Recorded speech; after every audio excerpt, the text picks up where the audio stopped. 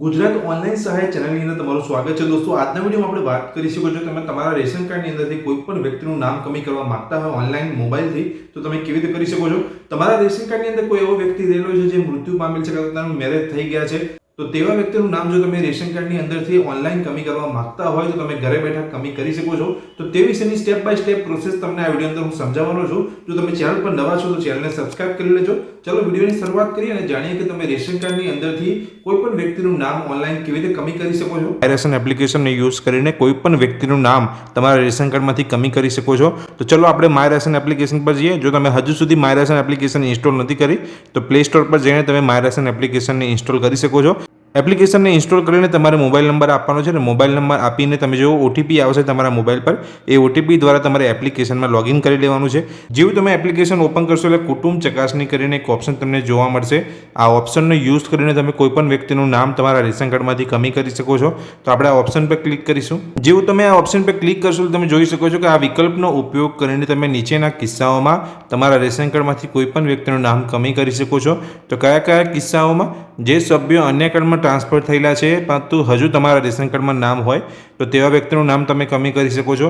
કુટુંબ સિવાય કોઈ પણ અજાણ્યા સભ્ય તમારા રેશન કાર્ડમાં રહેલ છે તો પણ તે વ્યક્તિનું નામ તમે તમારા રેશન કાર્ડમાંથી કમી કરી શકો છો। તમારા રેશન કાર્ડમાંથી કોઈ સભ્ય એવું છે જે મૃત થઈ ગયેલું હોય મતલબ કે મૃત્યુ પામેલ હોય તો તેવા વ્યક્તિનું નામ પણ તમે તમારા રેશન કાર્ડમાંથી કમી કરી શકો છો।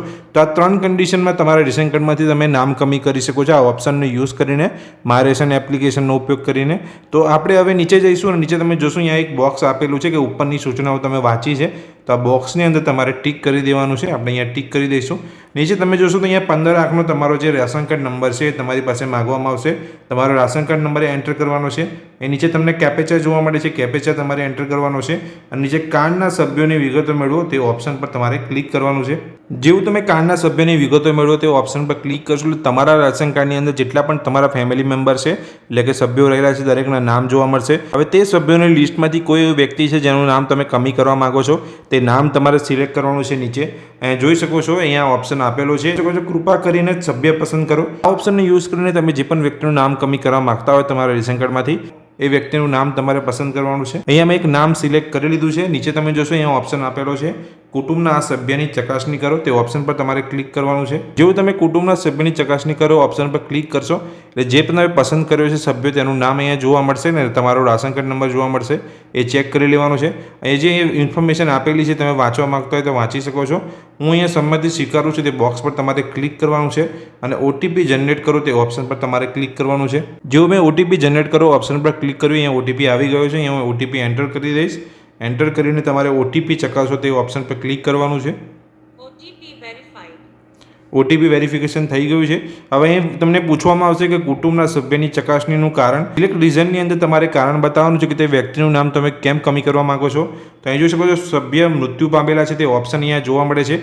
3 ઓપ્શન છે બોગસ સભ્ય છે સભ્ય બીજા કોઈ કાર્ડમાં ઉમેરાયો છે કાં તો સભ્ય મૃત્યુ પામેલ છે તો આપણે અહીંયા સિલેક્ટ કરીશું કે જે અહીંયા મેં સભ્ય સિલેક્ટ કર્યો છે અહીંયા મૃત્યુ પામેલ છે તો સભ્ય મૃત્યુ પામેલ છે। હવે જેવું તમે અહીંયા કારણ પસંદ કરશો એટલે કારણ નીચે તમે જોઈશો કુટુંબના સભ્યની ચકાસણી માટે વિગતવાર વર્ણન કરો તો અહીં વર્ણનની અંદર તમે ગુજરાતીમાં કંઈ લખવા માંગતા હોય તો તમે લખી શકો છો। તો મેં વિગતવાર વર્ણન લખી દીધું છે કે આ કુટુંબનું સભ્ય છે અને થોડા સમય પહેલાં આ સભ્ય મૃત્યુ પામેલ છે એટલા માટે રાશન કાર્ડમાંથી નામ કમી કરવા માટે વિનંતી।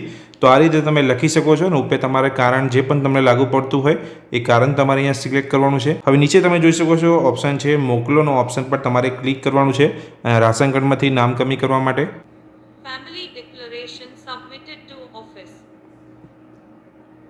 જોઈ શકો છો આપણી જે રિક્વેસ્ટ છે રેશન કાર્ડમાંથી નામ કમી કરવાની અહીંયા સબમિટ થઈ ગઈ છે। Family declaration submitted two office કુટુંબના સભ્યનું ચકાસણીનું કારણ શું છે તો એ મૃત્યુ પામેલ છે અને એમાં જે લખ્યું હતું કે નામ કમી કરવા માટે વિનંતી કરી હતી કે થોડા સમય પહેલાં એ વ્યક્તિ અહીંયા મૃત્યુ પામેલ છે તેથી એ રાશન કાર્ડમાંથી નામ કમી કરવા માટે વિનંતી કરું છું।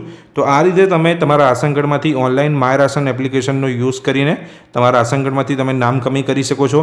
સ્ટેપ બાય સ્ટેપ તમને અહીંયા પ્રોસેસ બતાવી કંઈ પણ કન્ફ્યુઝન હોય તો તમે કમેન્ટ બોક્સની અંદર કમેન્ટ કરી શકો છો। વિડીયો ગમ્યો હોય તો વિડીયોને લાઇક કરજો। ચેનલ પર નવા છો તો ચેનલને સબસ્ક્રાઈબ કરી લેજો। Thank you.